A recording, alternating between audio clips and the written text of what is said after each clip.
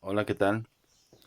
Eh, para el día de hoy voy a complementar el tema es- de los adrenérgicos. Vamos a colocar algunos ejemplos de los fármacos y después vamos a entrar directo a colinérgicos. Así que empecemos. Cuando estuvimos hablando del sistema adrenérgico, solamente para hacer recuerdo. Este sistema adrenérgico tenía los receptores que eran los alfa, los beta y los receptores de dopamina. Muy bien. En ese sentido, ya hemos hablado todo sobre alfa, pero sobre beta hay que nombrar algunos fármacos. Por, e- por ejemplo, tenemos a los fármacos beta uno agonistas. En esto que quiero decir, antes de que comencemos, ¿ya? Un pequeño detalle.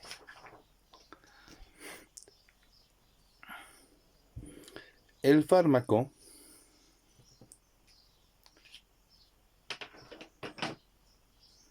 ¿ya?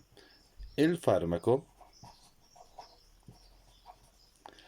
en este sentido, puede tener dos características. Número uno, lo más frecuente es que el fármaco sea un fármaco no selectivo. ¿Está bien? ¿Qué quiere decir no selectivo? Que actúa sobre todos los receptores. ¿Está bien? Aquí te lo voy a anotar. Actúa en todos los receptores. Ahí está bien. Excelente. O puede ser que el fármaco sea un fármaco selectivo. ¿Qué quiere decir que el fármaco sea selectivo? Que el fármaco va a actuar sobre un tipo específico de receptor. Un tipo específico de receptor.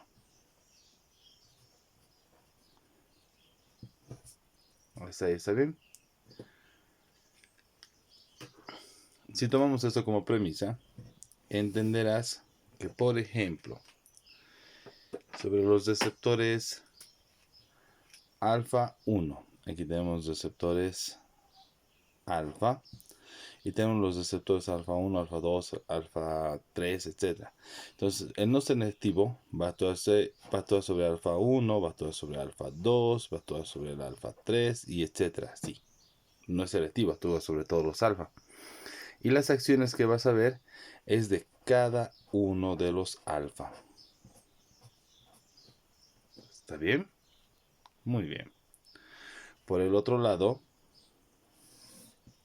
vamos a tener que el fármaco puede ser selectivo de alfa 1 o puede ser selectivo del alfa 2.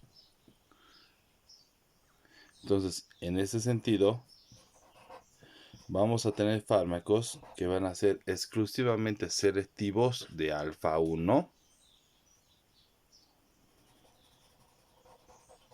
¿ya? Solamente trabajan con alfa 1, pero no trabajan con el alfa 2. O vas a tener fármacos que trabajan casi de forma exclusiva con el alfa 2, o trabajan de forma exclusiva con el alfa 2, pero no trabajan con el alfa 1. Eso significa ser selectivo. De la misma forma vamos a tener lo mismo para los receptores beta. Recordemos que tenemos a los beta 1, beta 2 y beta 3, incluso hay más betas. Y las secciones del beta son cardíacas. Entonces, el no selectivo actúa sobre beta 1, beta 2 y beta 3. ¿Ya? Pero el fármaco selectivo va a actuar sobre beta 1 o beta 2, ¿ya? O beta 3.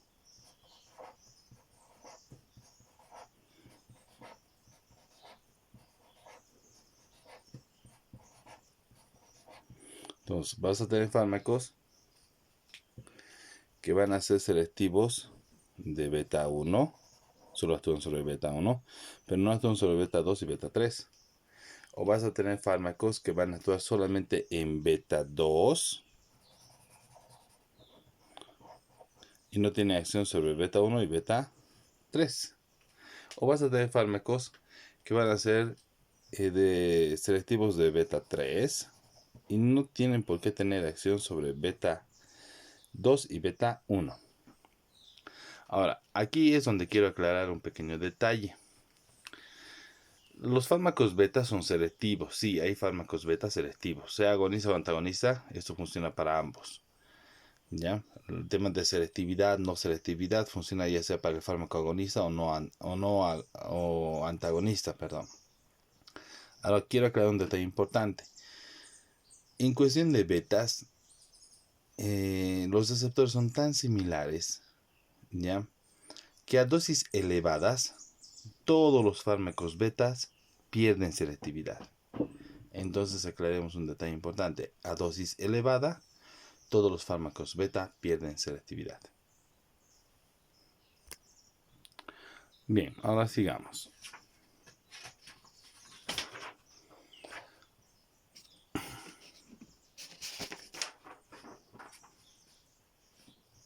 Estamos hablando de los beta 1 agonistas. ¿Está bien? En ese sentido tenemos tres fármacos que son los más utilizados. En primer lugar, tenemos a la dobutamina.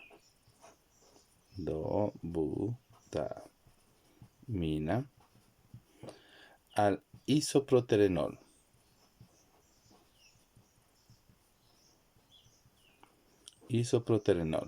Y obviamente a la adrenalina.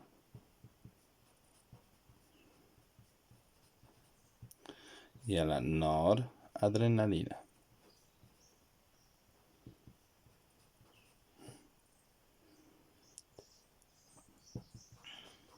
Bien. Algunos detalles que deberías saber. Por ejemplo, la dobutamina es un fármaco que es beta 1 selectivo.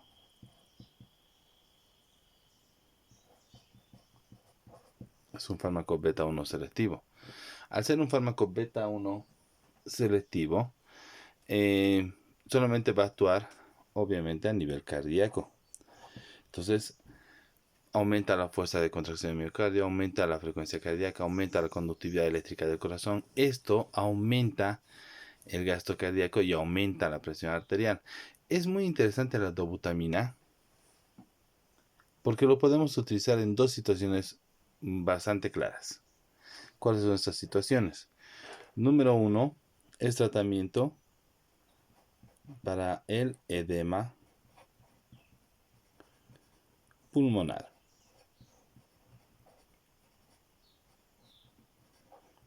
¿Está bien? Entonces, eso es tratamiento para el edema pulmonar, número 1. Y número 2, antes se utilizaba para el tratamiento postquirúrgico o postcirugía del llamado bypass coronario. Bypass, ¿ya?, coronario.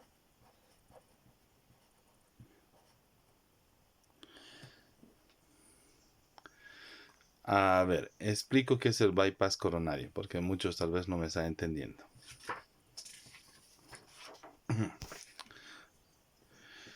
En el tema del edema pulmonar, comencemos por el edema pulmonar. Aquí tenemos nosotros el corazón. Entonces, cuando el corazón empieza a hacer algo llamado insuficiencia cardíaca, la insuficiencia cardíaca se divide en dos partes: la insuficiencia cardíaca derecha y la insuficiencia cardíaca izquierda. ¿Ya?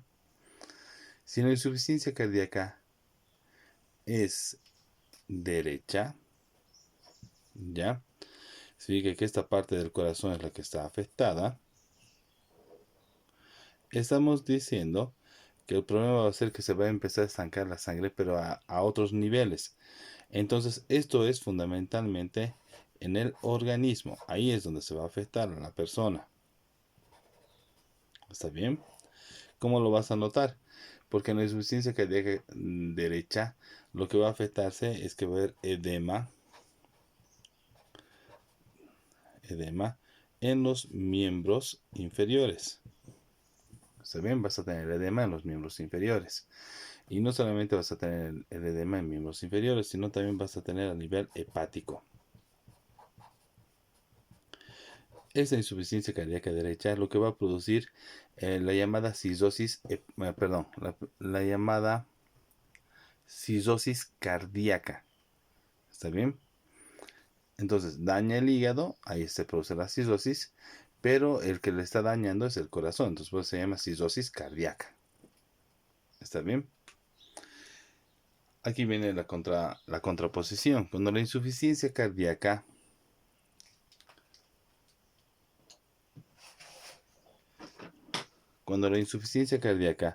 le afecta fundamentalmente al lado izquierdo del corazón, ¿ya? El corazón, el lado izquierdo, no puede movilizar la sangre.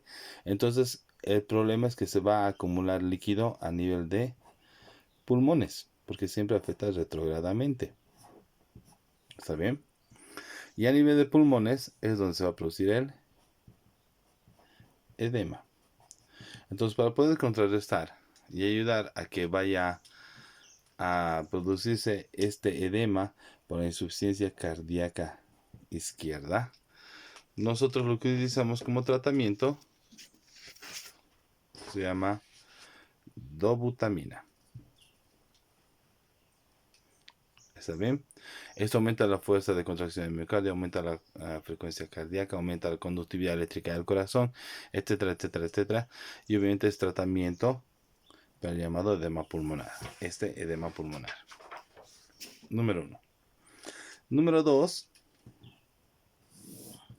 ¿Ya? Número 2. Hemos dicho también que la dobutamina nos va a servir para el tratamiento postquirúrgico del bypass coronario. Voy a ver si puedo postear ahí algunos videos, por ejemplo, de los stents. Los maravillosos stents, que son una malla que se coloca directamente en la arteria coronaria y abre la arteria coronaria.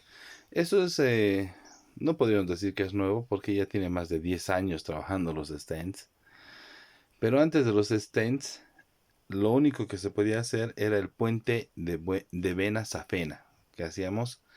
De la pierna se extraía la vena safena y mediante la extracción de la vena safena a la arteria coronaria en el corazón le hacía un puente. Ese se llamaba bypass.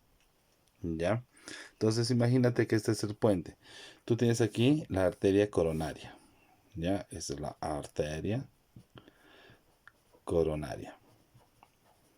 Recuerda que en la arteria coronaria tenemos una arteria coronaria, tenemos dos arterias coronarias en el corazón para toda la irrigación. Entonces, esta arteria coronaria empezaba a generar un depósito, una placa de colesterol, una placa de ateroma, mejor dicho, una placa de ateroma. Y esa placa de ateroma empezaba a crecer cada vez más.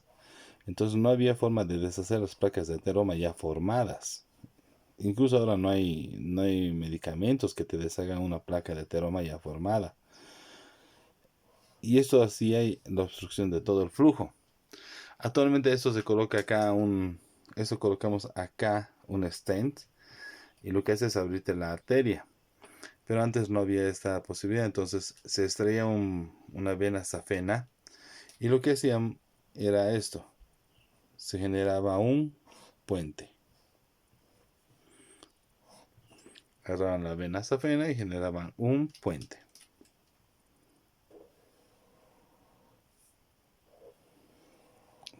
Esa es la vena. Entonces aquí hacían la sutura, pues el cirujano cardíaco era tan, ¿cómo se llama? Tan requerido para hacer este puente. Y el problema era que este puente tenía que mantenerse abierto. Entonces, muchas veces para mantenerlo abierto había que aumentar un poco la presión arterial a nivel cardíaco. ¿Y cómo aumentamos la presión arterial a nivel cardíaco? Pues el fármaco utilizado para esto, ¿ya?, era la dobutamina, porque aumentaba la presión arterial a nivel cardíaco y hacía que este puente de vena safena se mantenga abierto por aumento de presión. Después de eso se quitaba el fármaco y el puente de vena safena ya estaba abierto y se iba a quedar abierto siempre. Listo.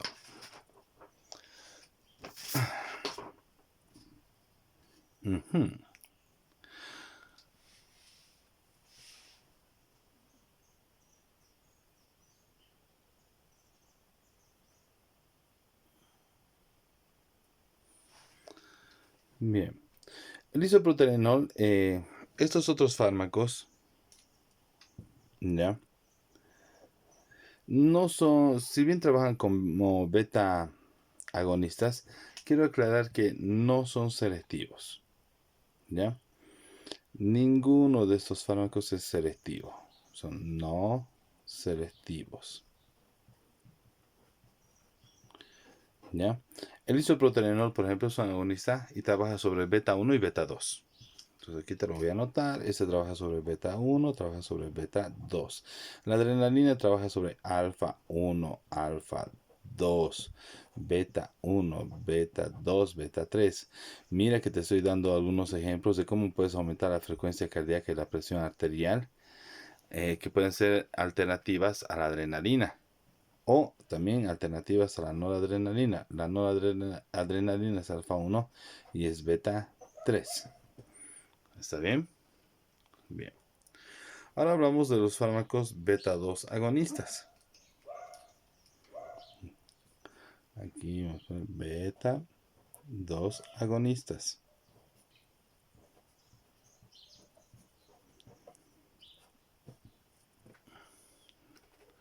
La mayoría de estos fármacos son utilizados para el tratamiento del asma, para la EPOC, asma, EPOC, enfermedad pulmonar obstructiva crónica. La mayoría de estos fármacos beta 2 agonistas, ¿ya?, son, por ejemplo, el salbutamol. Aquí te lo voy a anotar.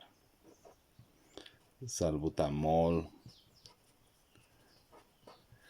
el salmeterol,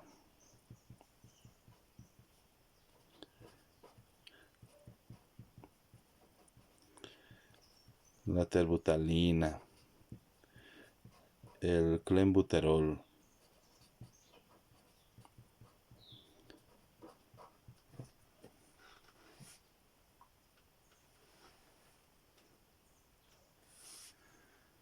etc. En la diapositiva vas a encontrar una gran cantidad de fármacos que hemos colocado como ejemplos. Teóricamente estos fármacos tendrían que ser solamente beta 2 agonistas. Ahora me permito hacerles recuerdo que estos fármacos a dosis elevadas pierden selectividad. ¿Está bien? Entonces no olvidemos. Todos estos fármacos teóricamente deberían ser selectivos beta 2, pero a dosis elevadas pierden selectividad. Ahora bien, quiero nombrar a un fármaco. Desde mi punto de vista es bueno saberlo, ¿ya? Se llama isoproterenol.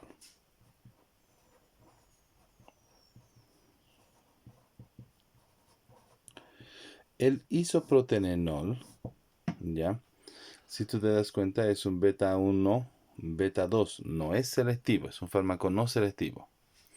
Pero el isoproterenol tiene una característica interesante. Al ser un fármaco no selectivo, es un fármaco que puede utilizarlo en 3 indicaciones bastante claras. Número 1, se considera que el isoproterenol puede actuar como tratamiento, número 1, para el tratamiento de la insuficiencia cardíaca. Puede ser insuficiencia cardíaca derecha, insuficiencia cardíaca izquierda, insuficiencia cardíaca global. Entonces sirve como tratamiento el isoproterenol. Número 1. Número 2, puede utilizarse para el tratamiento del asma.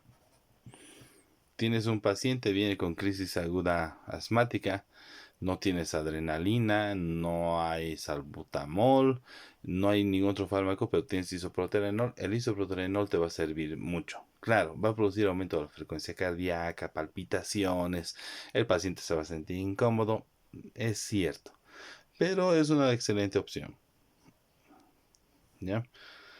Y por último, tenemos como tercer punto, lo utilizamos para el trabajo, tratamiento del trabajo de parto prematuro.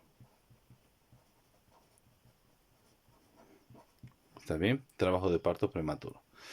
O también para la amenaza de trabajo de parto, o también se le puede decir para la amenaza de aborto.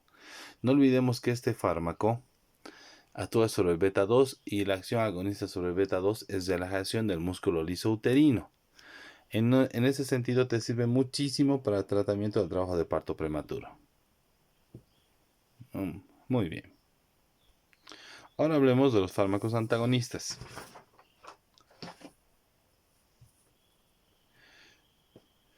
Hablemos del sistema, obviamente vamos a hablar del adrenérgico.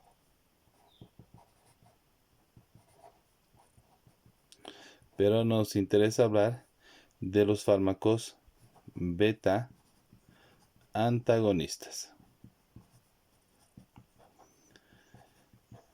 Quisiera nombrar, y para hacer esto más sencillo, que los beta antagonistas, entre el beta 1 y beta 2, el fármaco más importante antagonista, clínicamente hablando, son los fármacos beta 1 antagonistas. Beta 1 antagonistas son los más importantes. Debido a que estos fármacos beta 1 antagonistas van a tener tres funciones. ¿Está bien? Tres funciones. La primera función ya es que estos fármacos son usados como antihipertensivos. Son usados como antihipertensivos. Un detalle importante. Número 2. Estos fármacos son usados como antiarrítmicos. Son usados como antiarrítmicos. Y número 3. Estos fármacos son usados como antianginosos. Ya sé, ya sé. Estos fármacos van a actuar como beta 1 antagonistas y siempre buscamos que sean selectivos, ¿ya? Siempre buscamos que sean selectivos por una sencilla razón. Estos fármacos lo que van a hacer es producir una disminución de la frecuencia cardíaca, una disminución de la fuerza de contracción del miocardio, una disminución de la conductividad eléctrica del corazón. Esto produce una disminución del gasto cardíaco y esto produce una disminución de la presión arterial. Hay algunos médicos que no lo consideran antihipertensivos. En realidad sí son antihipertensivos. Ahora que la función antihipertensiva no sea lo que ellos quieran, eso sí es otra cosa. Pero sí, los fármacos son antihipertensivos. Número uno. Número dos. Estos fármacos actualmente, yo sé, esta es una contradicción y te va a llamar mucho la atención. El fármaco es antianginoso, ¿ya? Y obviamente si baja la frecuencia, baja la fuerza, baja la conductividad, baja el gasto cardíaco, baja la presión arterial, en un paciente puede producir insuficiencia cardíaca. Y actualmente se los considera también como parte del tratamiento, ¿ya? Para las insuficiencias cardíacas, ¿ya? Insuficiencia cardíaca. Se puede decir leves, ¿ya? O tal vez compensadas.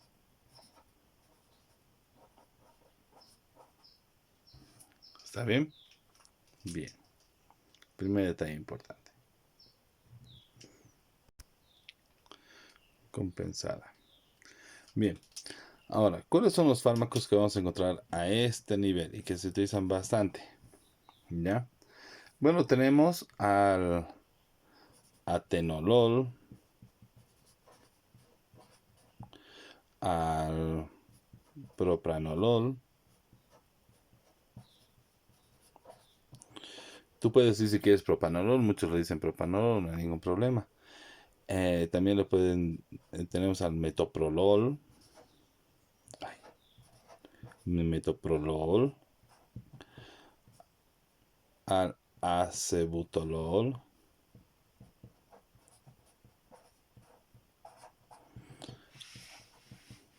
al pindolol, al carvedilol,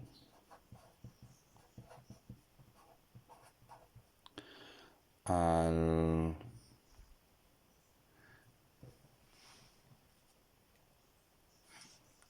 nandolol,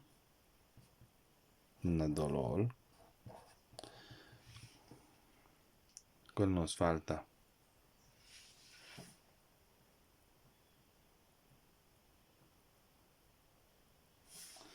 Al labetalol, ese nos faltaba. Qué bueno que lo recordé. ¿Está bien? Entonces tú vas a tener una amplia lista de estos fármacos. También te los presento en la diapositiva. Tal vez los que más tendrías que recordar.